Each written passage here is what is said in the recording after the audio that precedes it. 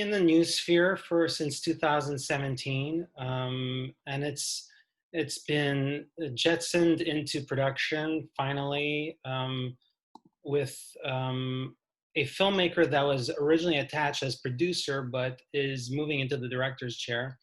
So Netflix is getting behind and supporting O2, by Alexandre Aja.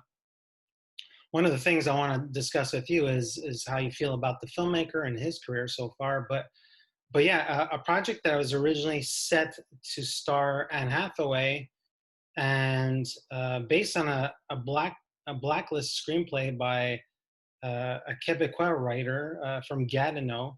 Her name is Christy Leblanc. So yeah, a project that's being pushed into production, and Netflix already has set a 2021 play date for this. So yeah, let's talk about O2 and the lead figure, and sort of like delve into the story and the filmmaker.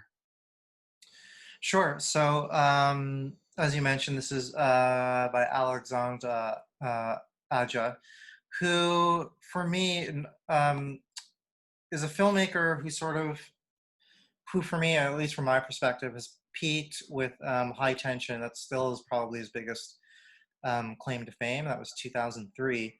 And since then, he's largely stayed in the genre space. But the efforts have been pulpier, it seems, as his career has gone on. He did the remake of The Hills Have Eyes, but more recently, he's probably known for Piranha 3D and last year's Crawl, which had its supporters among critics. Mm-hmm. But he's a filmmaker that's very, very genre driven. And has yet to sort of match where he was with High Tension. But I think O2 might give him that chance. He's working with Melanie Laurent, who is as much doing her own filmmaking right now as she is acting. So it's an interesting choice for the lead. Anne Hathaway, as you said, was supposed to star originally. But the thing that interests me about this story is the contained nature of it. It's about a woman who wakes up essentially inside of a box in a medical cryogenics unit, and doesn't remember how she got there, and she's running out of oxygen. So my immediate thought was it sounds very, very similar to Buried, that Ryan Reynolds film Mm-hmm. maybe 5-6 years ago. So I'm not surprised to hear that Netflix has put mid-2021 date. This sounds like it'll be a very contained story, probably not too many settings, and one that'll be very, very focused on like the unique nature of the situation. But this, again, the casting is interesting. We have Melanie Laurent and also Mathieu Amalric as well as a co-star. So the star power is there, certainly. So it's on that level alone, it interests me more than maybe the director's work would have previously. You're absolutely correct with the concept. I was like searching around the internet a little bit, and how Christy Leblanc sort of like pitched it to the producers of this company, and they were hooked from the log line itself. And yeah, the fact that we're in COVID times is like productions. If you're going to put money towards a production, there's certain perimeters that are put into place to sort of like make things less complicated. And I think when you have a small chamber setting piece, it certainly makes things a lot easier. But I like the comparisons to Buried. I was thinking of Loke a little bit as well, where really there's like a gadget type idea, and that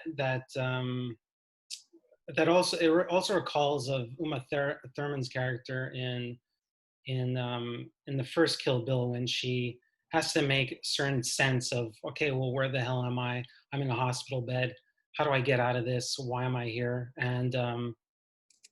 And so I sort of much prefer the Melanie Laurent casting. And going back to High Tension, I also think that's his best last work. I was okay with Horns. I believe that was at TIFF a couple of years back. But I'm thinking back to the lead actress in High Tension, sort of like um, the fair and lightweight character going up against her conditions. I think there's going to be a lot of mileage here for a smaller set piece. So yeah, certainly something that's exciting. I think it's mostly a Euro production, so I think there's also some lessons that Netflix could learn from this in terms of any of their other international shoots, specifically in the US. So something that might actually be a lot of fun come 2021. And I could be wrong, but this is possibly Aja's first French film since High Tension. I believe you're absolutely right. Hollywood Came Calling with High Tension, also known as Switchblade Romance. That was a massive calling card for him. I believe it was his sophomore film. And so, yeah, so I think Hollywood came looking, but then he ended up attaching himself to a lot of smaller indie pieces, still within a larger horror framework. And yeah, maybe it just will be there'll be a little bit of a home base feel to scaling back in a way, but he's still supported by Netflix.